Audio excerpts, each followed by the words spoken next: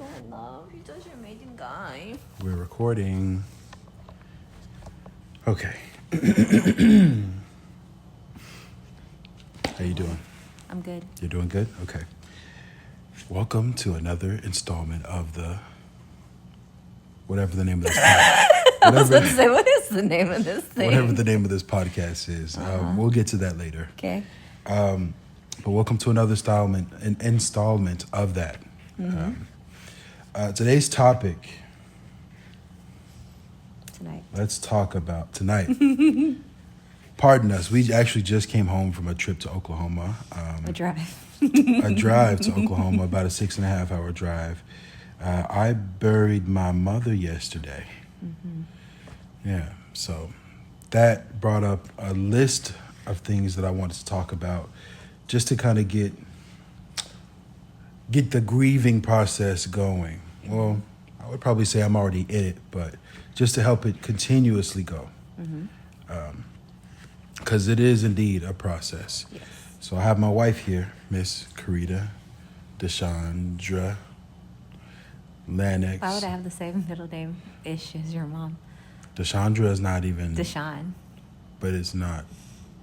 It's not my middle name. Karita. Grace. Karita Grace. Wow. Karita Grace. Blaison. Mm-hmm. But back to the topic at hand. Man, so I want to say we're not psychologists, but we have a pretty unique perspective when it comes to grief. Mm-hmm. One based off of experience, religion, relationships, right? So that in itself is a very unique way to look at grief. And I want to kind of reveal how we see that, but also how the ones around us may have seen it. And just kind of have a topic around that. Yeah? Whenever you're ready, you can say something more than but... I'm waiting till you ask your questions, and I'm going to ask you additional questions and or answer your question. I'm the director here, so... I know, you asked the question. I don't have the question. Okay, all right. Direct. But anyway, so I want to try to make this like a two-parter, right? How does that sound? Sounds great. Because I feel like this may be extensive. Maybe too extensive, but we'll see. But the first part is more so going to be about the psychological aspect of grief.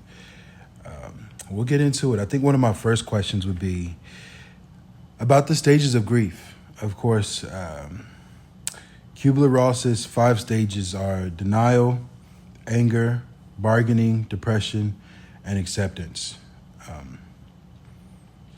I wanted to discuss how they don't always follow a straight path, right? Mm-hmm. Tell me, hun. I was going to ask if you would start, actually. But you can start your question, I suppose. Yeah, I guess I'll start. But I wanted to hear from you, and then I'll kind of chime in.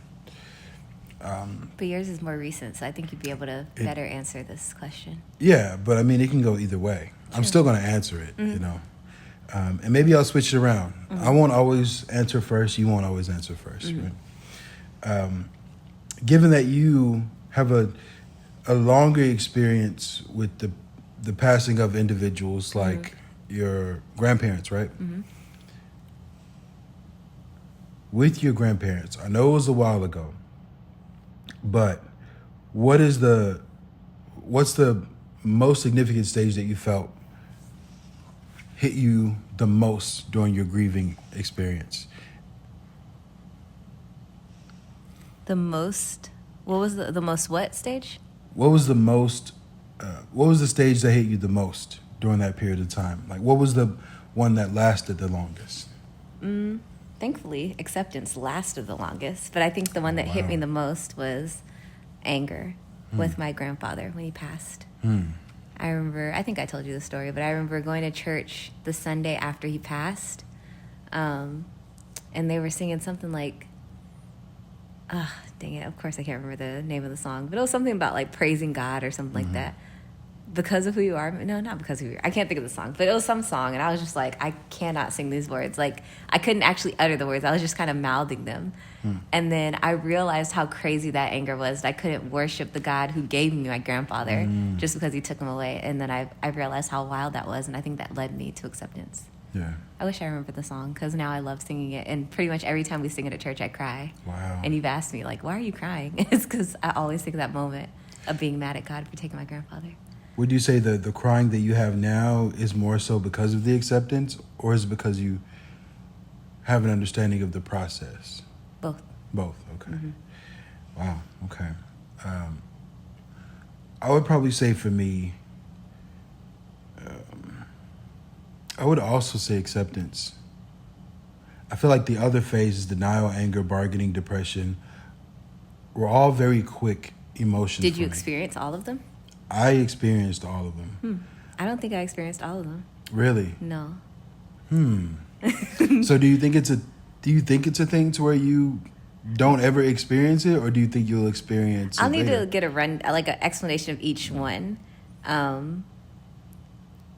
But I don't think I experienced depression or bargaining personally. Or if I did, it was so quick that I didn't even notice it. Yeah. What helped you not experience those as much? What can you credit that to? God. I mean, I don't think it was definitely something I intended to skip over, but I just don't recall experiencing those. Right. Well, now that you bring that up, I'd agree with that, because I don't think I necessarily bargained with God. Yeah. I don't think it was like, okay, man, If I bring do her this, back. do Yeah, this. Yeah, you yeah. bring her back, that type of thing. Depression, if I could say, it was very, very, very brief in a way where I could feel it, but I was able to put it in its proper place, right? And I think because I was able to understand what depression is, and also I'm on my journey of knowing who God is, I think God allowed me to be able to experience acceptance at a lot faster rate. I don't think it's like that for everybody, though. No. I think it's, me personally, I was able to have a period of denial where it was like, man, I can't believe this is real. And just for the viewing audience, my mom was 54 when she passed away. A week after her birthday. A week after her birthday. And I'm currently 29. So my denial period consisted of me having a hard time realizing that, wow, this is my life now. I'm still very young. My mom was young when she passed. And in the grand scheme of things, I didn't think I really had a lot of time to spend with her during my adulthood. Because I believe there are certain aspects of who we are that are consistent and that are always going to be. But the things that helped me be a man and the things that allowed me to forgive, I don't think I was able to experience that side of me with my mom for a long period of time. And I think that's what was getting to me a lot, because I want to say I'm about 8 years in of really having a solid journey and trying to figure things out and figuring them out in real time. And because I didn't really get to experience my adulthood with my mom, that's the hardest time. Because sometimes people think that, oh, you spent 30 years, you've had 30 years on this planet with your mom. But in reality, Didn't feel like it. about 20 of those years, we're trying to figure out who we are. And once I started to figure out who I was, I wanted to reach back and try to figure out who my mom was. And my denial came from me not being able to get to that point. In a way, it felt like I had unfinished business, you know? So that was the hard part. The anger came from that too. Like the process that I explained, those emotions, denial, anger, I want to say even acceptance, came from that thought process. And through that thought process is when I was able to get to acceptance, because I was realizing through your scripture that my mother is not my own and she didn't belong to me. But whatever her mission was, God saw fit that she finished it, and He got her back that day. So even though I felt like I had unfinished business, I was able to accept that that wasn't as important to God as it was Him taking her back. So I was able to just start putting things in their proper place, you know?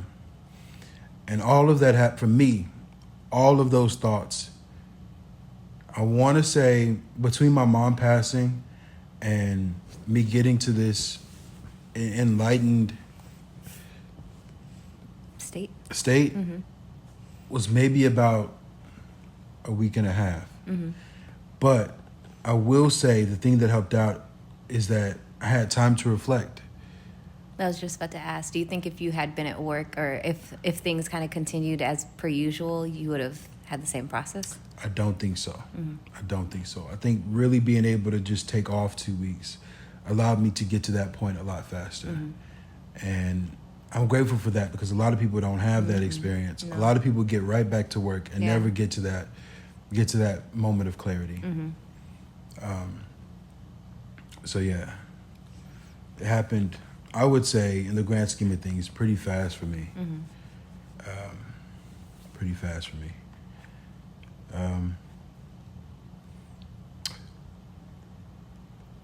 Do you have any similar, or did you have any similar thoughts when your grandparents passed? And how long was your period of those stages that you did feel? How long did it take you to get to acceptance? It took me definitely a much longer time, not a week and a half, because life did go on as per usual. I was in college when all of my grandparents passed away. I believe, I don't remember exactly, like maybe junior or senior or something like that. I remember my grandfather passed away during the summer, so I had an internship, so I couldn't really do too much. I could go I could go to his funeral, but I wasn't able to just stop everything. I had to continue my internship, which was fine. But in terms of similar, what do you mean similar? Like in terms of the process that you had, or what?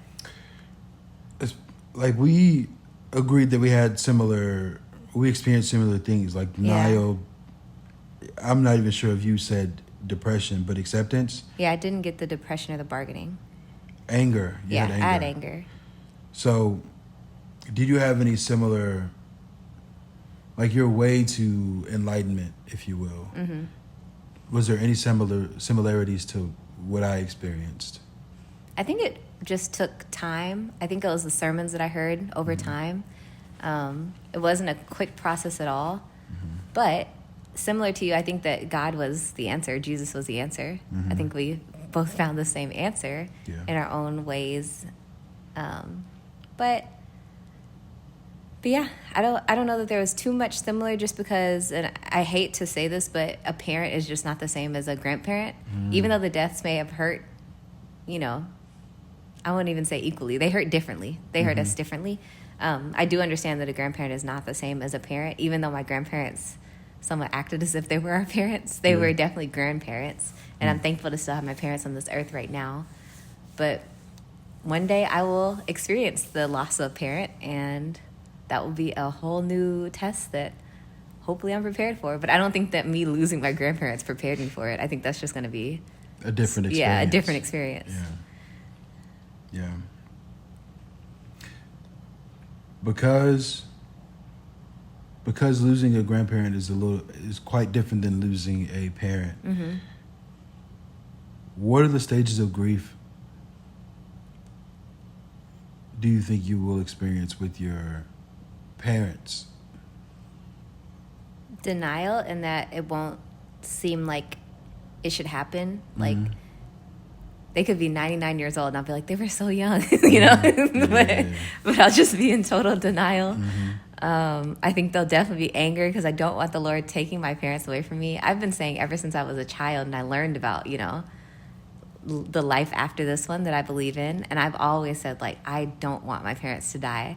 I want us all to just leave out of here in the rapture. And I think that's where some of my anger will come from if they die, because I'm like, Lord, I have asked for years that we leave out here in the rapture. I do think there'll be some either depression or bargaining, not to be pessimistic, but I could see me having that with parents or anybody else that passes away in my family from this point on. I'll take that pretty hard. And prayerfully, Lord willing, I will get to acceptance. Mm-hmm. Yeah, that brings me to a point, because you brought up a lot of things that deal with cognition, the way your brain processes things, right? And memories and emotional regulation. A lot of the time your brain processes all of these things in different ways. For me, the way loss impacted me for this period of time, even though I was able to accept, I don't think that's void of, there's still something that's different. So because of that, I've accepted her passing, but it was still hard for me to regulate. Even though I was off of work, during my grieving process, it was hard for me to do other things that I should have been doing. Right now, I'm in school. So for me, it was kind of hard to get into the nuances of different things in a classroom, right? And I wouldn't say that my memory was impaired or like my emotional regulation. I don't think I was acting differently, but I would like to hear from you. What are some things that I did different during this period of time? But yeah, I don't necessarily think I was acting different in a way. I know I have my periods of just trying to be quiet, but yeah. You've had quieter periods. I wouldn't even say this is one of your most quiet periods. Really? Okay. I actually appreciated that you were pretty vocal about how you were feeling. I do remember, in terms of the acceptance, helping you was something that I know would have helped me, because it was something I struggled with the death of my grandparents and stuff. But they all had house phones. So when my grandmother on my dad's side, when she passed, if my grandfather would have called me, if it said something like in particular, it just brought up a memory like, this isn't grandma, it only can be my grandfather. So something about changing the way that the name was saved really helped me, so that I didn't have that feeling like grandma's calling me. It was not that that's a bad thing, but it was only going to be my grandfather. And so I remember you were texting your dad something, and because they share the same phone, you were texting him to a number that said new mom or something like that, or mom or something. And I remember saying like, "Hey, are you gonna change that, babe?" And I think it's a hard thing to realize, but yeah, that kind of helps with the acceptance, especially so your dad doesn't call or text and like you're at work and it's triggering like, wait, my mom's calling me, because it sucks, but it's not gonna happen. Yeah, I remember you asking me about that, and it's interesting to kind of hear your backstory on why you may have asked me that. That speaking of memories, that's one that I didn't really think about until now. I'm not going to change it back, but I would probably say I wish I didn't have to change it so soon. So, yeah, that one was kind of, even having that talk now, it's probably, I think I did it unknowingly. Yeah. But if I were to go back, I probably wouldn't have changed it that soon. Because you had mentioned, I don't know if it was right out, maybe the weekend after or something, that was the Super Bowl, and you had mentioned how your mom normally calls you for the Super Bowl. So had your dad called you after you just said, my mom always calls me for the Super Bowl to say which team I'm rooting for, personally, and maybe this was, out of pocket or something, but personally, I could see how that could be, like, triggering. It wouldn't have been, for me, it wouldn't have been triggering in a bad way. I would have been cool with that. It would have felt good. So, kind of changed the name, kind of. Seemed too sudden? Yeah, and it kind of stings a little bit more now that we're talking about it, to be honest. But, yeah, I don't know. Yeah, but,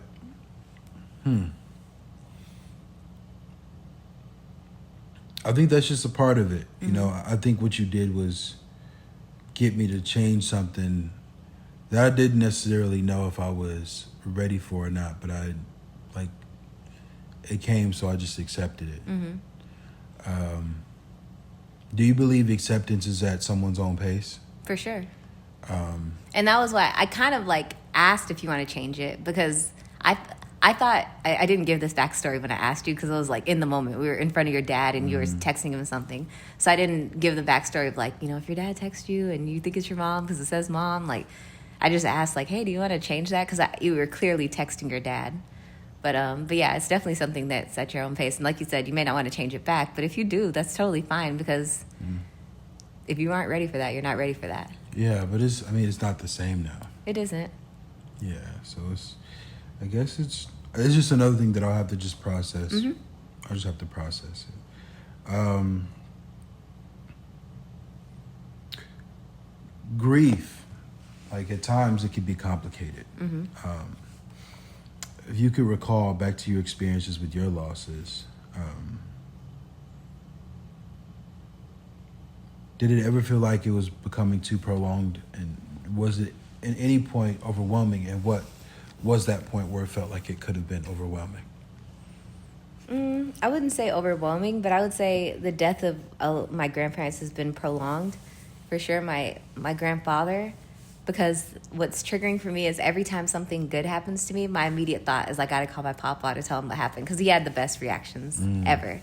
So the fact that I can't do that now, that always comes up. So my natural instinct when I get good news or something great happens at work or I get a promotion or a raise or something is, dang, I can't call my grandfather. And so I'm naturally a crier, as you may have noticed. But I think that that's one of the reasons that I cry is because I can't call him to tell him that I had something good happen.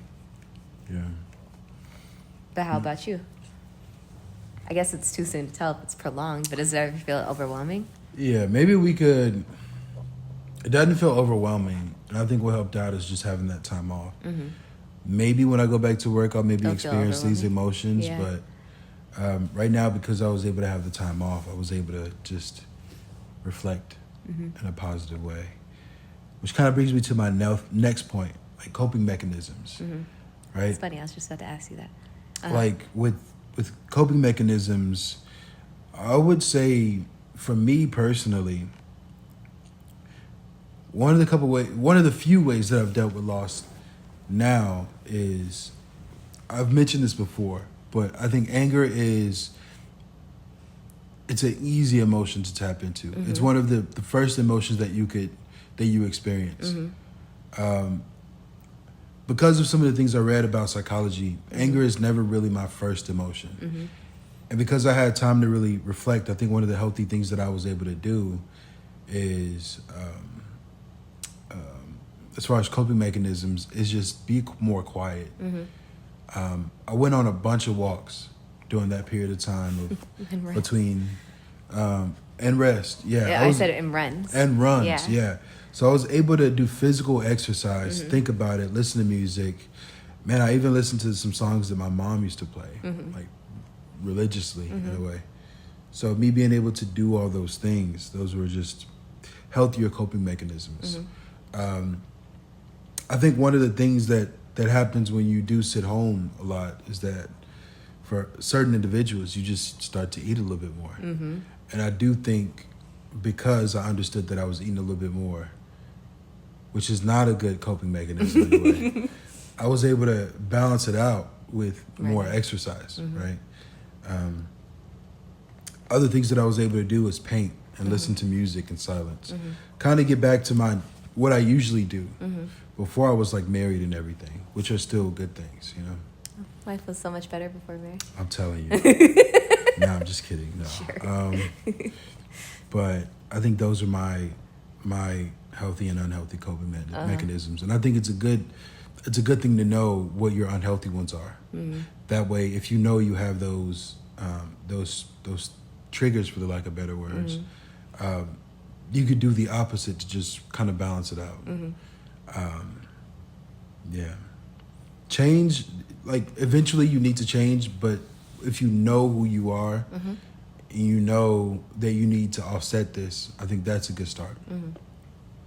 So for yourself, what were some coping mechanisms when you were dealing with grief? Not even really just, I know I've been mentioning your grandparents, but just I'm sure you have grieving in general. And that's a good point to make, because grieving isn't always the death of someone. Right.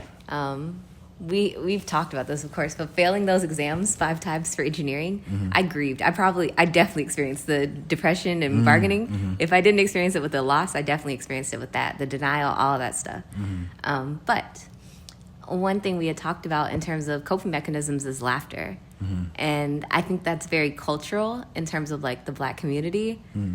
You do have those people that, They don't know you're Black. oh, we're Black. But You're those, Black. You're not Black? I'm a human being. Okay, well, I'm Black. And I think that sometimes in the Black community, you do have those people who are like, really, let's just cry and, you know, sit here and sulk and stuff. Yes, there are those types of people. But in the Black Christian community, I would say, and correct me if I'm wrong, we're a very laughing people. And we're unintentionally funny, which is something that Kev on stage like always points out in his comedy. But I think that Christian people are intentionally and unintentionally funny. And I think that we're able to do that because, and this may sound cliche, but I think we're able to do that because we know where the people we love are. We believe that they're in heaven with the Lord. So there's no reason to just be depressed all day, because we really do in our heart. We really do believe in our heart of hearts they're in a better place. And I remember that my grandfather's funeral was just one of the days I've cried and laughed the most in my entire life. I don't remember it like second by second. I just remember it being so exhausting because I kept crying, but also exhausting because I kept laughing. After the funeral, we went shopping at this store. I remember we were with a big group of people. And you know how in the Bible they used to hire mourners? I don't know if you remember that. But there are people that they hired to come to the house to cry over people who had died. And I forget which healing the Lord did, but he told the mourners to leave because he was about to raise his child or something from the dead. And I felt like I was the opposite when my grandfather died. I was with like celebrators or something. Everybody there was so funny. I remember laughing so hard the day my grandfather passed away. Not at his passing, but just laughing about random stuff. And I think laughter has really helped me through a lot of my most depressive states, even some of my worst breakups. I remember coming home and I had a playlist called Hilarious on my YouTube channel, which is a private playlist, but some of the funniest comedy skits, they're like, there was one about crying after a breakup, and that one helped me through so many breakups. And I just remember thinking, man, like laughter is the best, but it's not for everybody, because sometimes you're not ready to laugh, or you can feel guilty for laughing too soon after something so tragic. But I don't know if I can share this, but even I do understand that it's something that Black people do, but even at the hospital when your mother passed away, that very morning, we were laughing and crying over and over that whole night. And I told my mom, I was like, Mom, it was literally like watching people go through the cycle of grief multiple times. That was actually quite an experience at the hospital that night. Yeah, that was it. That in itself was a hard thing to grasp because, man, my mother was right there. Yeah. It was so weird because the hospital was not doing much. No. Which was a weird experience to me because it just seems like things will be done a little bit differently. But to kind of sit there while your mom is there, lifeless in a way, it just takes it to a whole new level. Yeah. The fact that we were able to laugh at my aunt Singing Going Up Yonder. Going Up Yonder. In the midst of my mom laying there, Yeah. it's just kind of, in a way, it's a blessing, but it's also, it's a testament to how much grief my family has experienced. And at times we're able to tap into a certain streamline of laughter, happiness, joy, that isn't often experienced from someone that has a lighter life, you know? I truly think laughter is a gift from God. Even up till yesterday at the funeral, I don't think it's a coincidence Deja dropped her phone into the grave. You gotta save some of that. That's got for part it. 2. Sorry. Oh my gosh. But Giving all the amount of content away. laughter that caused. Oh my goodness. I think God knows exactly what he's doing, and he knows when we need that laugh, because everyone was crying. Yeah. And that totally changed the mood. For sure. Man, you kind of went from coping mechanisms into, we went into grief and, Well, yeah, grief and physical health. We kind of covered 3 Yeah, points with your already: running. the coping mechanism, the grief and physical health. Then we went into cultural perspectives and grief. And you mentioned how Black people oftentimes find the funny in pain. Yeah. And I think that stems from a lot of the times from just slavery and having to figure out a way Yeah. to be happy. Which brings me to a point that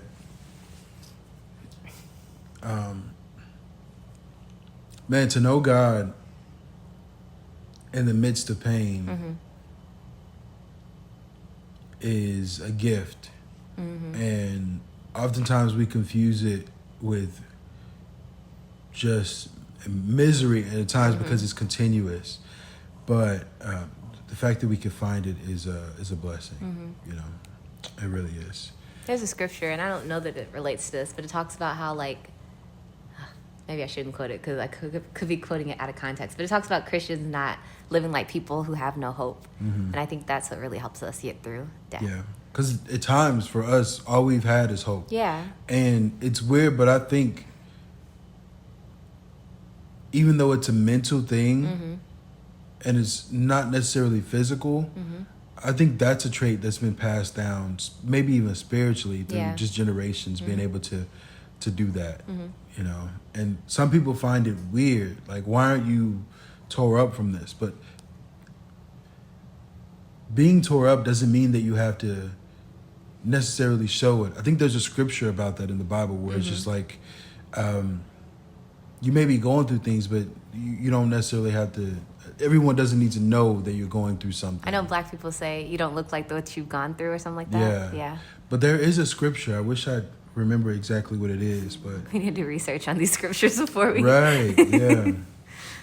Man, but let's talk about the role of rituals, like how funerals, anniversaries, and personal rituals help with processing loss. Within the since we're here, within the Black community, what are some things that happens in funerals that in a way helps us go through loss? I mean, for me, it was, even with my mom's funeral, just the preacher, some of the things that he stated about how my mother was God's in the first place. So whenever God wants to take her, he can, you know. Because it's his. Right. And I think that's something that's consistent in Black Christian groups, you know, where it helps us with the acceptance part of grief. I think having a sermon in the first place at someone's funeral is healing, especially like when you're a Christian. Yeah. Hearing a word from God from a preacher is helpful at your lowest time like that. Yeah, for sure. For sure. I would want to say, even with the anniversaries thing, there's a lot of things that happened in this short period of time where there's going to be things later that remind me of this. And it was weird because it's Christmas is a month before my mother's birthday. My mother's birthday is the 25th of January, right? But then less than a week later, she passes away. So Christmas for me, I gotta deal with this carefully, because at times that stint of time between Thanksgiving, Christmas, her birthday, even to Valentine's Day. Yeah, because that's what I'm shocked you said Christmas, because I'm like, Valentine's Day would be the holiday I think would be But it's the tainted. whole period, because now it's during like the holiday season. I now know that this was a part of the time where my mom's health was probably at its worst. Yeah, or descending, right? Then when it gets to, after Christmas, New Year's, then her birthday, then like I'm already realizing that my mom passed a week after her birthday. And then we have, Valentine's Day. And her burial was the day after Valentine's Day. So it's just like all of that is gonna hit, right? So when it comes to anniversaries, that's gonna be hard for me. Yeah. But in a way, I'll talk with God and try to figure out some ways that I could probably do more than cope, but really accept, you know? I think sometimes, and I haven't really experienced that part, but I've heard people who have, like we've talked about my mom. Her mother's funeral was on her birthday. Yeah. And I'm sure that is a really, really hard one to forget because it's your birthday and you're burying your mom.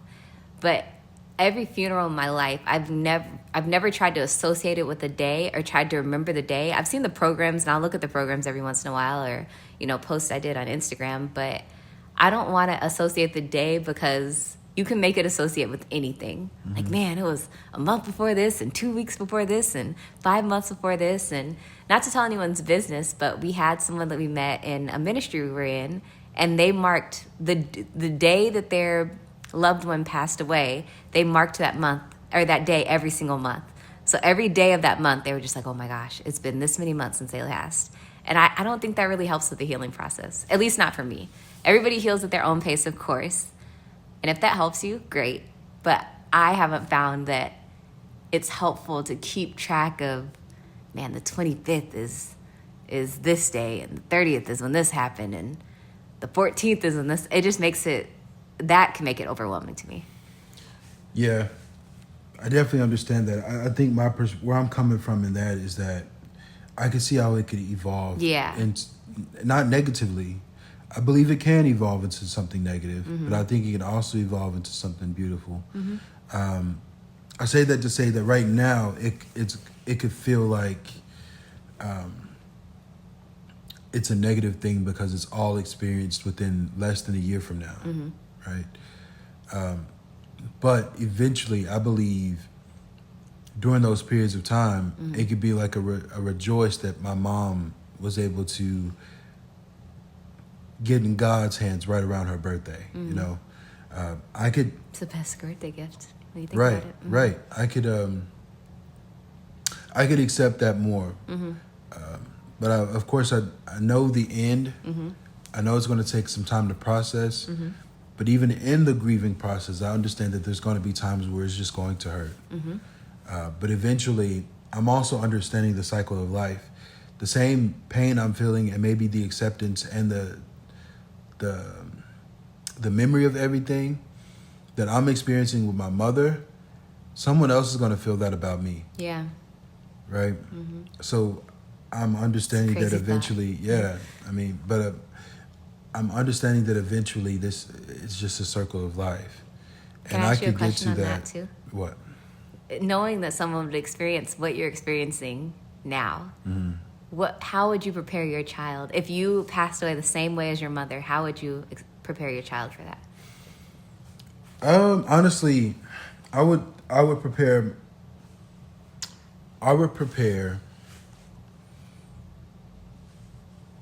We'll get more specific. I would prepare my kids in the same way that my mother prepared me, which is really establishing understanding that I believe in God and I know where I'm going.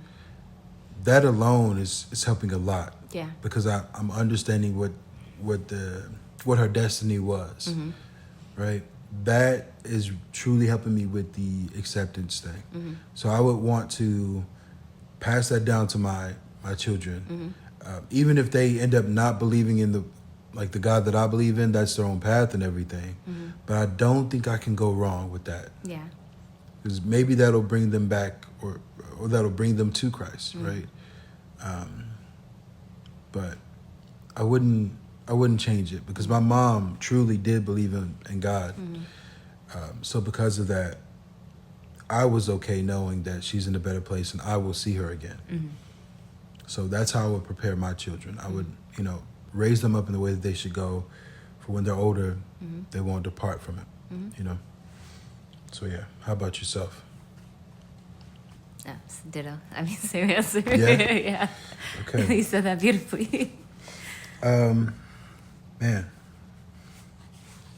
Let's see.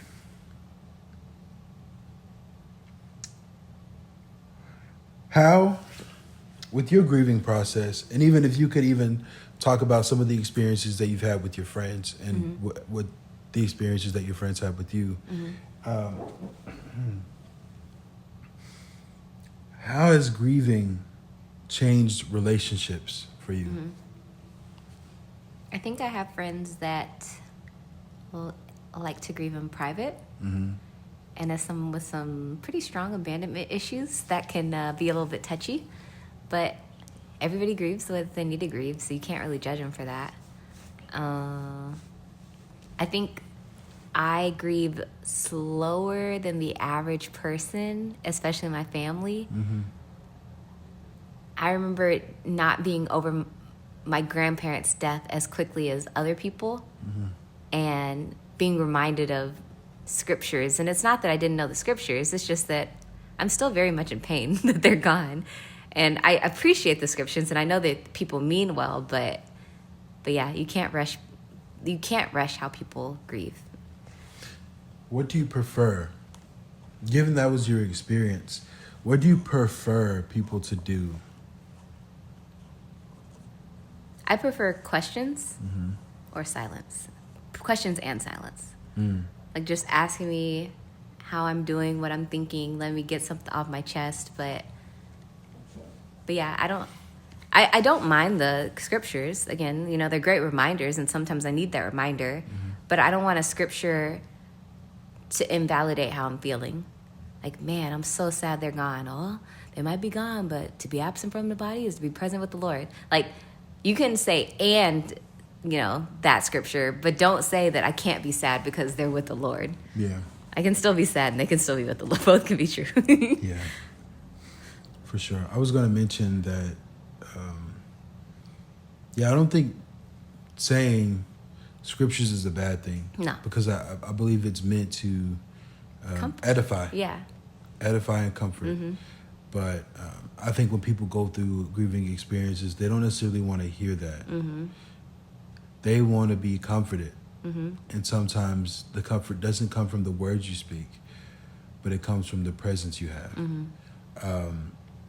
And at times in the Black community, because we're more so like motivational speakers in our own right, in a way, we tend to spew scripture rather than just being in relationship and community. Another thing I'll say on that point is that one thing I can't ignore when it comes to funerals, and this is not a knock to anybody, it's just very normal. You go to funerals and you hug the family and you say, you know, let me know if you need anything. That is like the go-to phrase. I don't even think that's a Black thing. That's at any funeral. Let me know if you need anything. It's kind of weird because, you know, how many times has someone called you after a funeral saying, you know, I need this, you know? But anyways, the point I'm trying to make is that out of the people that I've hugged at funerals, I can say, like, on one hand, I can count how many people actually followed up and said, what do you need after a loss in my life? And I have tried to be one of those people, especially the people closest to me. When they have a loss, I want to be one of those handful of people where I'm not just saying, let me know what you need. Especially when I know I have friends who are more distancing and they're grieving. I try to reach out to them because I know they're most likely not going to reach out to me. Yeah. I agree with that, but I think there's two sides of that coin.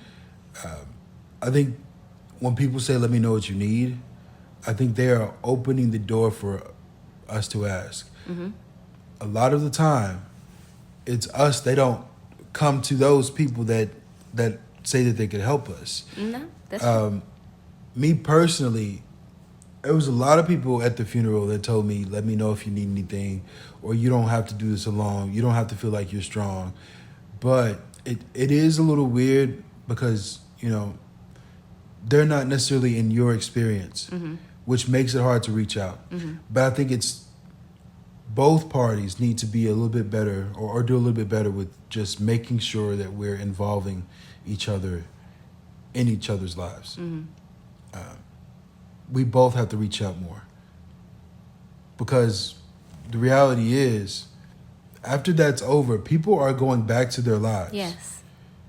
So everyone's going back to their lives. Everyone's going back to their life. In whatever state that you left there. Like, even if you're still depressed and you have not reached acceptance, you got to go back to work the next, like, you do. It is back to regular life. Right. Which is just a weird human experience. Yes, it's very weird. I don't know why it has to be that way. Yeah. I wish we can all just get free money and get paid. It's funny how you get time for a new life like when you have a baby, Yeah. but you don't get time for a death. You get like 2 days for a death. In your life. Yeah. It's an interesting concept. It's right back to it. But yeah, I do think it should be both parties. Yeah, I agree. I'm just saying that people need the discernment to know that not everyone's going to reach out to you. So you're right too. Like both parties do need to reach out, but especially for someone going through a grieving process, knowing how long that process can be, their first thought is not, let me call Aunt Kim and see if she'll pray for me right now. Like that's just not something. Like just go the extra mile and see if they need something. Yeah, but I would give some pushback to that because it's not that simple. It isn't that simple. A lot of people have complex like emotions. Absolutely. So a lot of people, I'm not giving everyone credit, but sometimes people say, "Let me know if you need anything," because they don't necessarily know what that person needs. True. All they know is that they're there whenever they need it, whenever they need someone, or whenever they need. Whenever that person needs anything, they should be able to reach out. I would push back on that even more, kind of to your point that we were talking about. I won't connect the two because this is I'll make it a different podcast. But I will say that I think part of the issue is we wait till people are in the grieving process to figure out what they need. We should probably figure out what people need before they're grieving. Very true, but I think that I'm gonna push back on that. Okay. I could say that only comes with relationship. It does. You're right. And a lot of time that can only that's the point I'm trying to make. People that you aren't in a relationship with are at the funeral telling you like, let me do this or let me in here. It's like, dude, I don't know you. And I get that they're just being nice and that's the thing that you say, but the people that you actually are in relationship with, they should know how you grieve. They should know what you want and they should be the ones reaching out to you. That shouldn't be something, because I'm guilty of that. Like, kind of, I'm pretty guilty of that. When my best friend lost her father, I didn't necessarily know that it was leading to death, but I understood that was a possibility just because of the illness he had. And I remember thinking, like, I remember asking her, you know, if you were to pass away, like, what would you want me to do? Like, would you need anything from me? And because she's so distancing, she was like, no, I think I'd be fine because I understand that before it happens, everything seems like it'll be okay. Once it happens, the crap hits the fan and you're not okay, you know? But it is helpful to know just in general, just for the person to do some self-reflection and know, I really keep to myself and I don't even like being alone like that. So if you could just come over, just pop up or just call me randomly, just FaceTime me. Like, I just think it's really important to know what those types of people like. Yeah. All of that I agree with. Mm-hmm. And I'm not, I think you're trying to give the person that is grieving more grace, maybe? And I'm trying to, no, you're trying to give the person that is trying to help the grieving person more grace, and I'm doing the opposite, basically. I wouldn't even say that. What I'm trying to do is offer up the idea of elevating both parties. Mm-hmm. Like, both parties need to elevate. I agree. And with a lot of things, you know me, I've said this a couple times, is that a lot of the time, because we don't necessarily have the right words to express, mm-hmm. it makes it way easier to slip into depression. Mm-hmm. If we don't necessarily know how to communicate or express ourselves, mm-hmm. we become reclusive. Yes. So I think it's an even deeper thing than that. Those are still issues, but if there was a way to teach individuals how to communicate, be emotionally intelligent, and being open on both sides, because we're dealing with an epidemic of people deciding not to be open anymore, and I think that's what makes it a little bit harder on both parties. Mm-hmm. That's what makes people say, if you need anything, please let me know. Yeah. Because they don't necessarily know you. Yeah.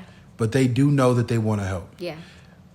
On the other side of things, the person has never had a loss like this. They don't even know what they need. They don't even know what they need. They don't know how to communicate what they need. So they're both looking at this. The blind leading the blind. Exactly. Like they're both trying to figure it out, but it's like they can't because they don't have the necessary skill sets or the the ability to be vulnerable and say, I need you right now. I don't necessarily know what I need, but I need you to be here with me. A lot of people aren't vulnerable enough to say that, right? It may seem crazy, but it was so funny that people encouraged us to go to divorce care at church to prepare for marriage. And maybe some people need to go to grief share before they have a loss to prepare for grief, because we're all going to experience it in some way or another. That's a very good point. I think that is grounds to, because of this Grief share should experience, be as common as like new members class. it should, because that is a very great point, because a lot of people, same thing about health. Yeah. A lot of people don't do the right thing until it's too late. So I think being able to... And that was what I was going to connect it to earlier, but I thought we'd go off on a tangent with that. But I think being able to experience and see those things, one, it helps build community. Yeah. It helps people see what grief looks like. Before they experience it. Right. And it helps people understand, hey, these emotions need to be talked about before it even gets there. Similar to even, similar to the parts about making a will or getting everything in order. Yeah.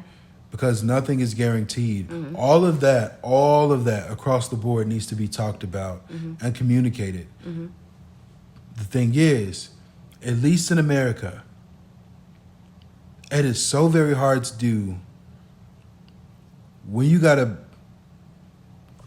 live, Grieving and everything that involves it. You know how many people work on Saturday? It's really sad. Yeah. Grief share is on Saturday. The only people that are really in grief share... It's not always on Saturday. Ours is on Saturday. Ours is on Saturday. They have virtual ones. Very true. Yeah. Like, there are things out there that are a little bit more helpful. Yeah. But, I mean, it's just harder to find. It is. And maybe it is easier to find, but that involves a desire to search for it. For sure. So sometimes instead of putting it in plain sight is a lot easier than having to go search for it. And I think with a lot of things, we could do a better job at putting things in plain sight, at least for Christians. Which means we just got to step up to the plate a lot more, Yeah, we don't really share the resources that we have to offer till a person's in need a lot of times, unfortunately. But I definitely think, because our experience is a little different, going to divorce care and, in a way, like going to grief share, for both of those things, I think it's an important thing to bring up to leadership, stating that, hey, I think everyone needs to experience this in a way because it's going to help build community, and make it a point to do so, because everyone's going to experience this thing. Yeah. It's a very good point. Yeah. We're approaching an hour, so I figured. I got at least 2 more points. Okay. And we kind of touched on this one already, but grieving while managing responsibilities. How are you at doing that? I'm not the best at it, mainly because I feel like the responsibility aspect of things is way too skewed in America. What I mean by that is America is so off balance because of like imperialism and capitalism. There are certain things that we're supposed to experience at a slower rate, but because we're so quick paced, it makes it hard, or it makes it seem like we're the ones that are not necessarily handling our responsibility. But to me, in reality, our responsibilities are way higher than what they should be. And we're having to deal with it more because there's a lack of community. So at times I feel like I'm where I'm supposed to be, but because things aren't getting done, it could feel like you're not doing enough. But the reality of it is it's just skewed. So that's where I am, which makes it hard because things are not stopping. Yeah. Which makes you feel like you gotta push it to the back of your brain, and you'll deal with it later. And the hard part about that is when you do that, it's just building up back there. It's just building up. So it's So not only will you have to go back to where you were, but you have to catch up from where you left off. exactly. So it's a cluster of different things that are not set up to be in your favor. Mm-hmm. So yeah. Yeah. What else you got? I'm not great at handling responsibilities during grief, Mm-hmm. but I do it. I just will do it in the most emotional way possible. Mm-hmm. So, for example, the day your mother passed was, we got to the hospital at 1:30 in the morning. Mm-hmm. She was pronounced deceased at 3. We left the hospital at 6. I had an 8 a.m. meeting and my day started for work, Mm-hmm. And I had a phone call with my boss. He was asking how I was doing. I said, not good, and started crying. But I worked that day. I did my job. We went for a walk. But I did my job. I was just really teary. I even told my team that, hey, guys, today really sucks. Started off this morning. It was not a great day. So if I'm not messaging back super quick, I'm just away from my desk, or I just have a lot going on.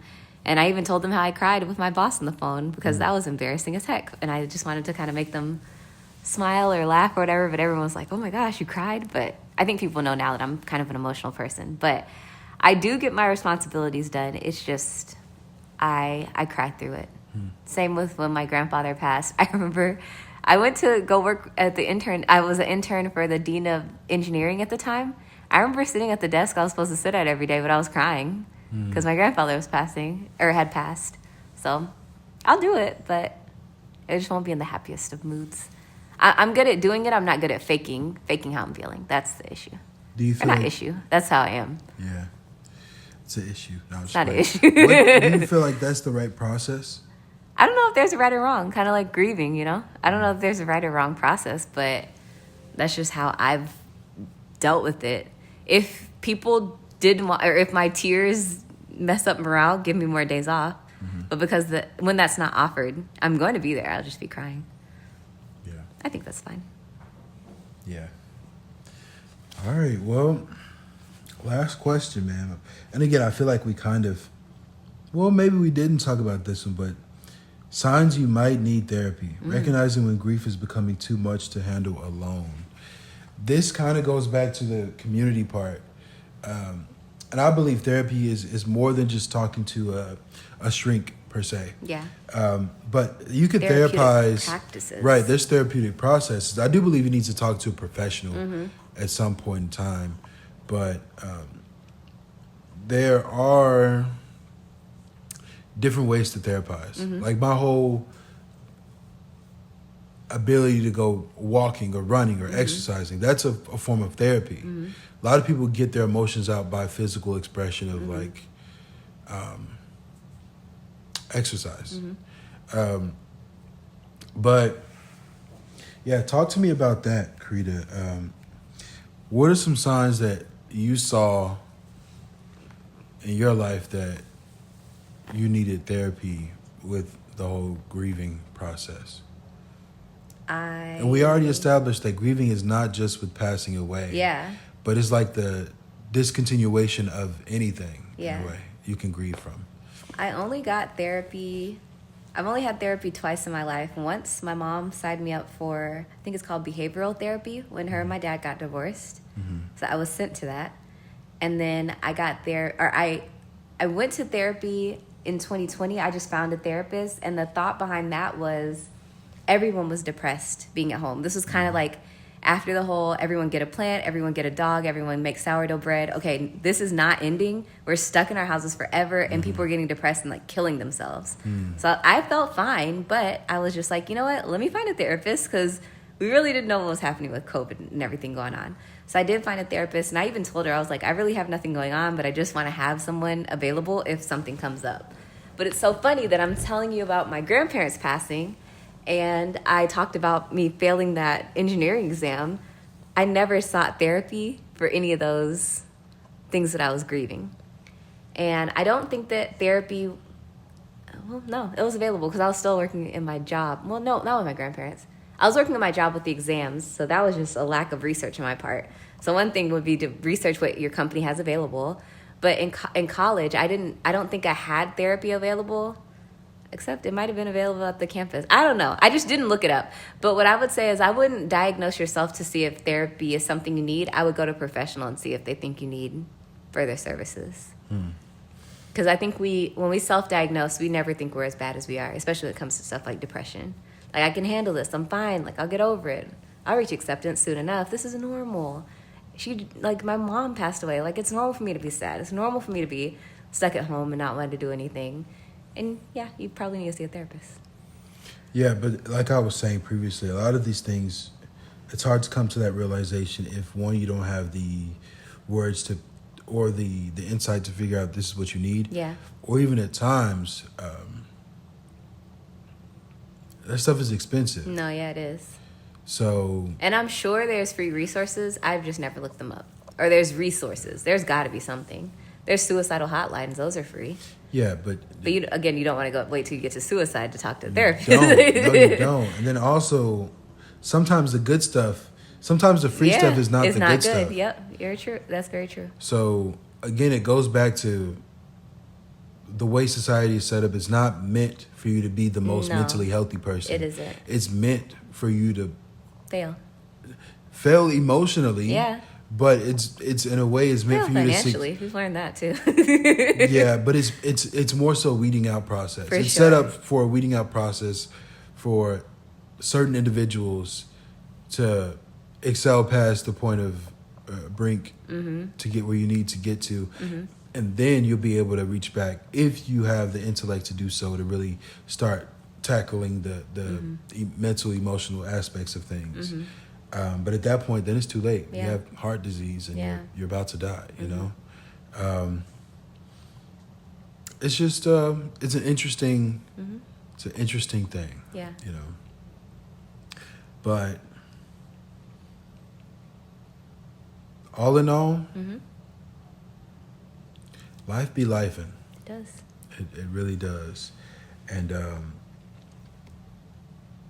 all that to say, I buried my mom yesterday, and all of these thoughts are from that experience. Of course, I'm sure there's going to be more stuff to come. Man, I do want to give a quick shout out to my family, because like we said, people grieve in different ways. Yeah. I'm praying for them. I'm hoping that they're able to not only cope, at the least do that, but I want them to be able to understand the grieving process and get to acceptance. And for me, that's through just trusting God. Yeah. That's what I want for them. For my dad, my sister, my brother, Your cousins, your my aunts, anyone that had an association with them. I want them to be okay. You know? So, yeah, shout out to them. Love y'all. And I want to give another shout out to my wife's side of the family. I know they were very supportive. I know there were certain things that they couldn't do because it's just they had plans, but I'm appreciative. I'm very appreciative that I have the people around me that is able to help me cope in the way I need to cope. And hopefully I can be there for you when that glorious day comes when... Dun, dun, dun. Yeah. No. We'll make it through, just like we made it through this. Yeah. Making it through, yeah. So, but that's all. Any last words? No. Sorry. Sorry, what? I don't have any last words, sorry. Oh, no. You're fine. I guess those were your last words. But this has been another installment of the... whatever the name of this podcast I is. thought you were about to come up with the name off the spot. I think it's called The Ever-Growing Man. Oh, I I did. Oh, you did name it. Yeah. Okay. But, or the Growth Podcast, something like that. Okay. But it deals with growth. So this is honestly probably on Great point. topic. Yeah, this is on point. So more to come. Stay tuned for part 2. But other than that, take it easy, you guys. Until next time. Bye. Bye.